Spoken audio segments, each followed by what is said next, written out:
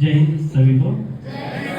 और यहाँ पर आज के मुख्य अतिथि के रूप में आए हुए काजल साहू को मैं बहुत बहुत धन्यवाद देना चाहता हूँ। और उतने ही धन्यवाद के पात्र हमारे सीडीए फैमिली है और सीडीए के डायरेक्टर सर, डायरेक्टर मैम और यहाँ पर हमारे उपस्थित संरक्षक आर के साहू सर को भी बहुत बहुत धन्यवाद देना चाहता हूँ कि जिन्होंने एक छोटे से बच्चे को, बच्चा ही कहा जाए, 12 पास आउट होने के बाद अगर हम लोग अपने समय की याद करते हैं तो 12 के बाद कुछ याद नहीं रहता। आप अपने अगर देखेंगे, अभी तो कुछ लोग कॉलेज में होंगे, फर्स्ट ईयर सेकेंड ईयर, 12 तक तो कुछ जानते नहीं है कि क्या करना है लाइफ में।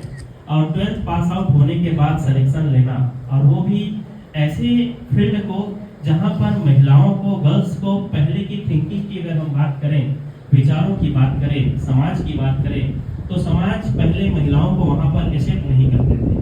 हम धन्यवाद देना चाहते हैं हमारे सरकार को, जिन्होंने प्रयास किया और महिलाओं को भी इस सेवा में, सैन्य भर्ती में शामिल करने का एक पहल किया। इसमें उसी पहल में आज काजल साहू उस दौर में मेहनत करते वहां तक पहुंच पाई और आज आप सभी के सामने यहाँ पर उपस्थित है।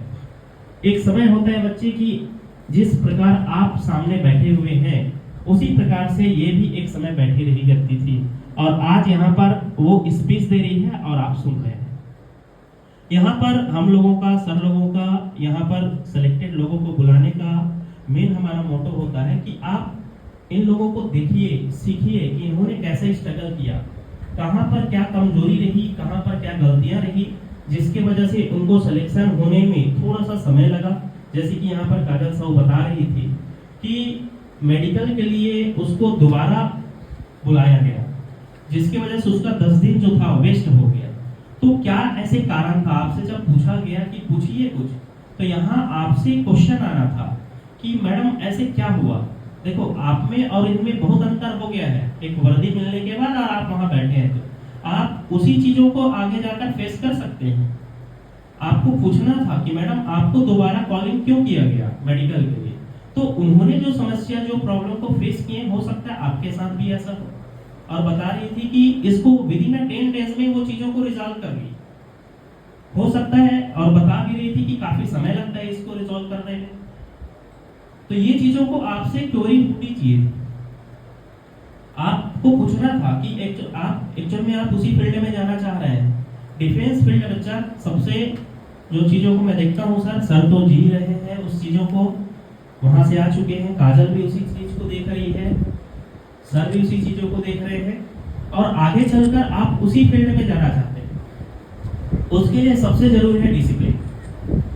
आज सर जो बता रहे थे, साहू सर, दीपक सर, मैं ये एक भी दिन क्लास मिस नहीं की है, न ही फिजिकल और न ही क्लास।